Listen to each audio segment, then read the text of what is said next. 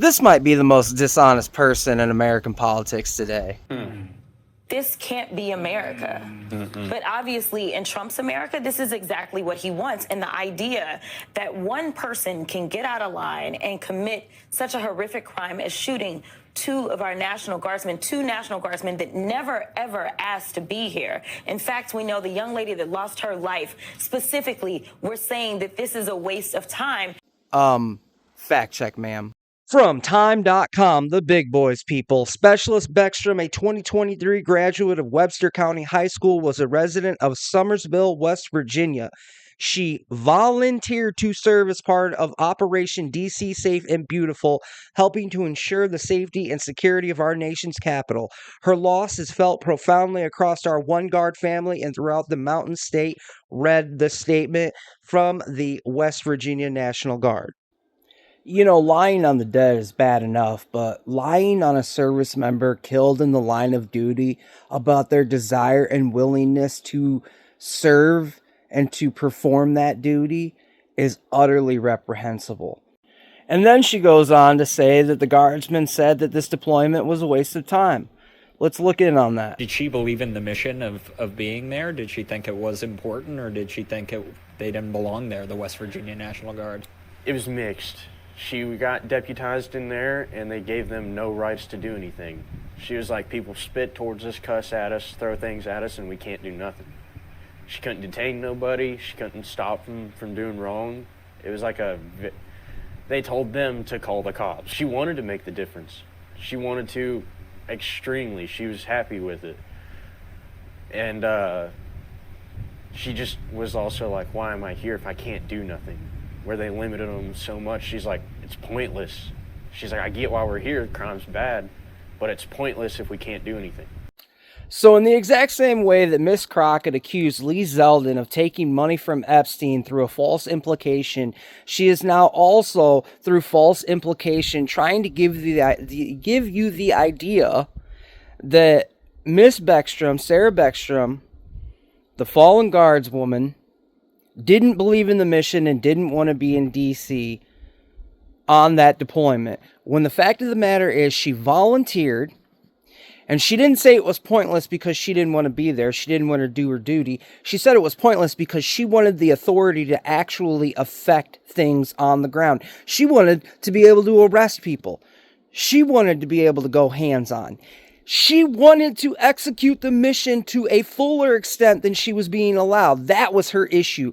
But Miss Crockett wants you to believe that our guardsmen disagree with, do not believe in the missions and orders that they are being issued right now, because this is the groundwork for a coup.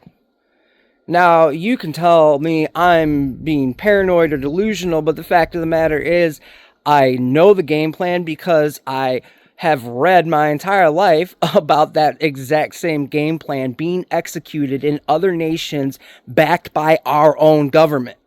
This is how our government topples leaderships. This is how they install new governments. And they're doing the same thing here, coupled with the video last week or 2 weeks ago of those 6 congressional leaders telling military members that they can disobey legal orders. They are trying to lay the groundwork of false dissent within the ranks in case it should ever come to that. Probably in case they lose in 2028. Y'all need to be paying attention, but we're not done. Jasmine's still talking. But now you want to go against every single immigrant.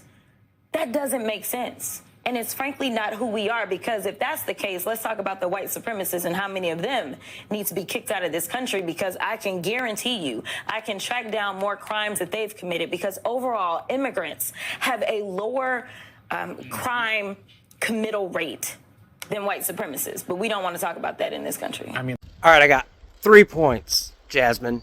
1, 8 U.S. 1325 is the criminal code governing illegal entry into the United States.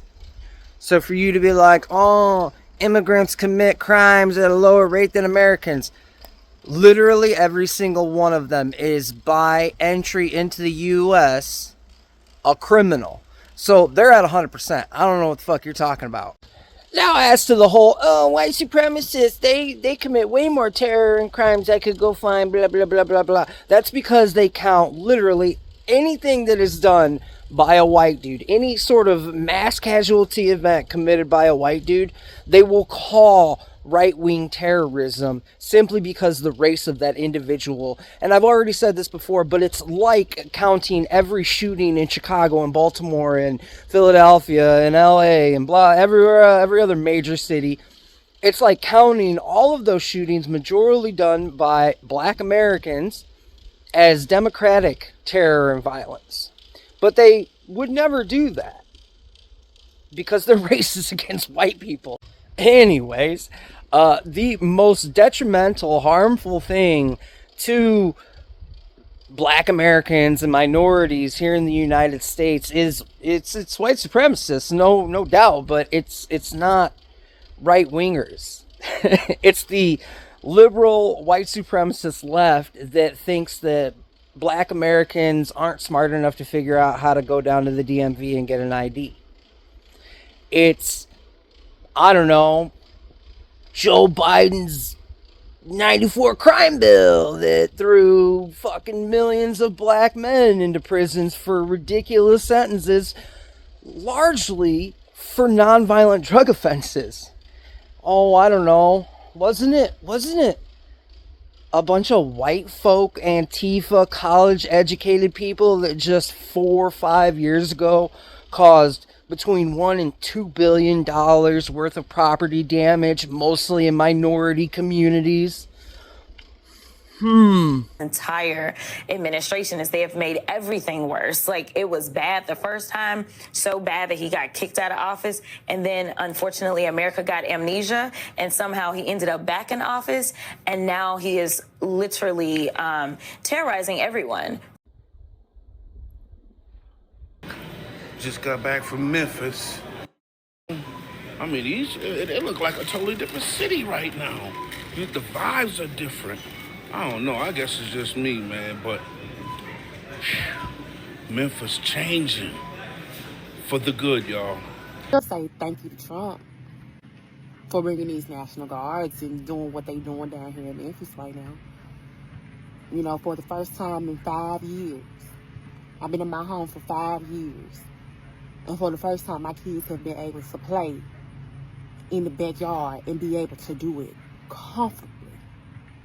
I haven't heard a gunshot in 2 weeks. I haven't seen strange people walk up and down the street.